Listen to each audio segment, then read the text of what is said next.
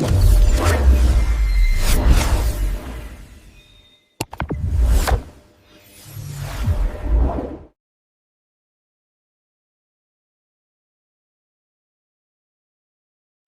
everyone. In this video, we are going to read different files and data tables using PySpark. So I have already created a notebook in Microsoft Fabric, and a Lakehouse is connected here. And in the Lakehouse, we have two delta tables, customers and marketing spend. And also in the files folder, we have different format of files, CSV and JSON and Parquet file also we have here. So let's start the session. So start a standard session here. And first, we'll import all the PySpark SQL functions.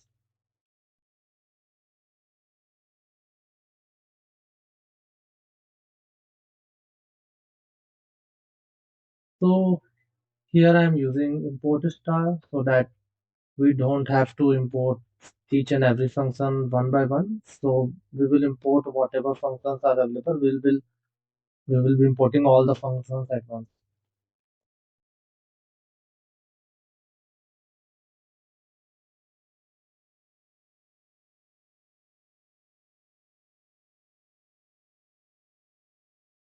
Now, if you go to the customer.csv, here we will copy the relative path for Spark, and now we have to load this CSV file.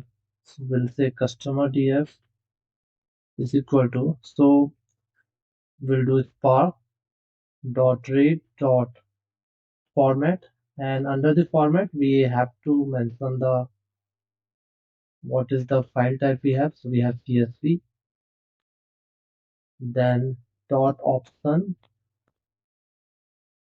we will say header, and we'll say true. So either we can say true here like this, or we can mention the true as a boolean value here. So here in the option, what we are saying that our data set is having a header, and the first row of the data set is our header. So we are updating it here by doing header true. Then we'll say option infer schema true. So now while doing infer schema, here as will be data infer schema true, what the PySpark will do, it will read the some of the rows of the data set, and it will try to identify what will be the data type of the specific columns, and then load, and we'll paste the path here, and also we will use the display to check the data set.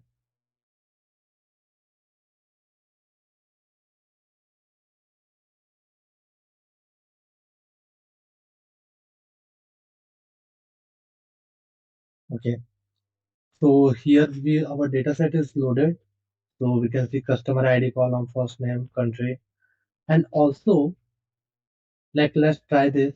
If I will not use this header true, then what will happen?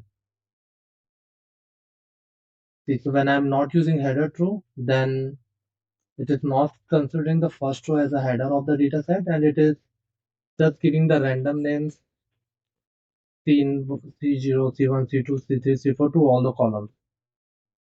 Similarly, so let's do the header true again. Similarly, when I will not do the infer schema true,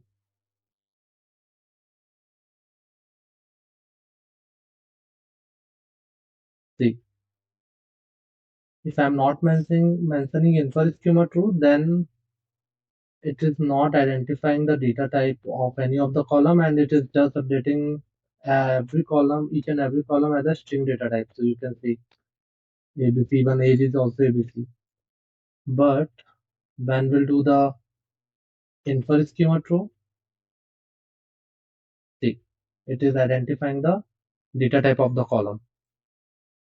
So this is the one way of loading the data, and there is a shortcut method also to load the data. So let's try that method. Customer df is equal to. So then in this method we'll do spark dot read. Then rather than doing dot format, we'll directly do the dot csv, and under that we can see we have to first identify the path. So there is a path. Then we can do header is equal to true. Then we can do the infer schema is equal to true.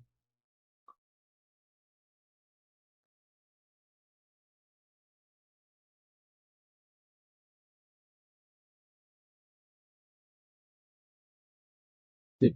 So it is doing the same thing, just it is like we can say a shortcut method. So there are two different methods. First, we can use spark.read.format method, and another method is just this shortcut method to read the CSV file or another format files also. Similarly, and when we'll go to the file, we have a JSON file, so we can copy the relative path for Spark, and so order df we can do spark.read.format JSON.load, and as to the display order df.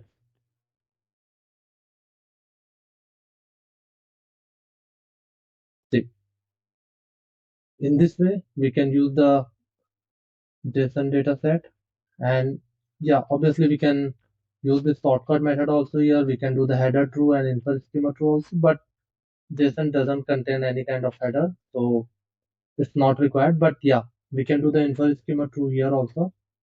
So this is the how we can load the JSON dataset, and let's take another dataset. Let's copy this path, and let's call it spark.read format the Parquet.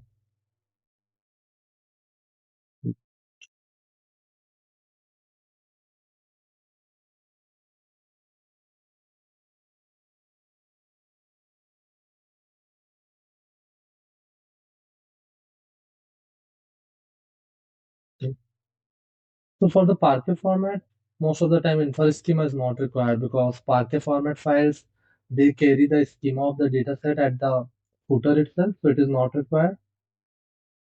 So yeah, this is how we can load the Parquet, JSON, and CSV. And while loading the dataset, we can see here we have, like, let's take example of this. We have the relative path for Spark, and also we have ABF Spark. So let's copy this ABF path and check this, and also copy the relative path for Spark. Okay, so in the relative path, we can clearly see like it is providing a relative path. So where under the files folder, we have the customer.csv, and ABFS path, it is providing the exact location where is our data set. So it is under the 1 lakh microsoftfabric.com. Then there is a unique ID. Then after that, under files, we have this customer CSV file. So even if we will be using this, let's copy this code,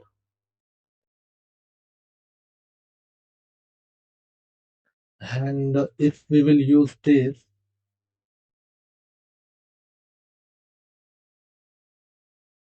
and we will run, it will fix. return the same thing. So for reading the file in Microsoft Fabric, like we can use ABFS path and also we can use relative path for Spark. And also there is a load data option. So when we'll click this path, we'll get the code automatically. See, this will be the code and we can run the cell here. So, and similarly, here we will see the option of pandas. So we can read the file in pandas also here. So this is how we can read the CSV, JSON and Parquet format file. And the another thing is how we can read the delta tables here. So first of all, when let's close this. When we click this, there is an option of load data here itself, and we will click on Spark. So we will see we have this spark.sql command itself, and when we'll run this,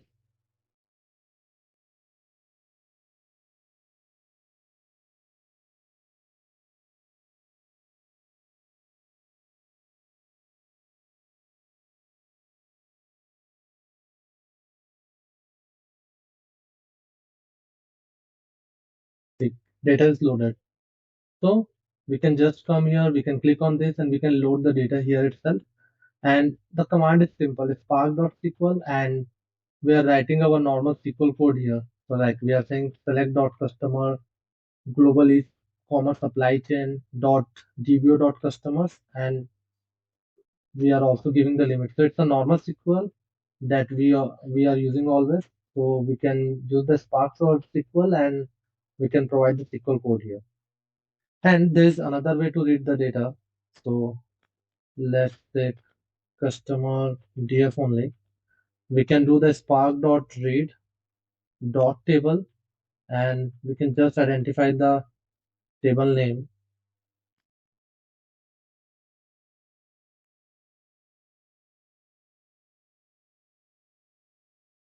So this will also read our table. And if we don't want to use this read, we can directly do spark.table and this will also work. And apart from that, there is another method. So let's say customer df spark.read.format method. And in this format method, we will say the format is delta table. So we will mention the delta here. Then we'll say table and then we'll use the table name. Let's display this. So this display is somehow similar to like dot head in pandas, but here we are able to see all the data here. So see, this is all how we can read the delta table using like three different methods. Either we can do the spark.read.table or just spark.table, or we can do the spark.read.format. And the another way is we can use the spark.sql and we can write the SQL query. And apart from that, there is one more method. We can change this to Spark SQL, and now here I can directly write select star from customers. So this will also work. So we just have to select Spark SQL and then we can directly write the SQL query here, and we can directly select our delta tables here itself.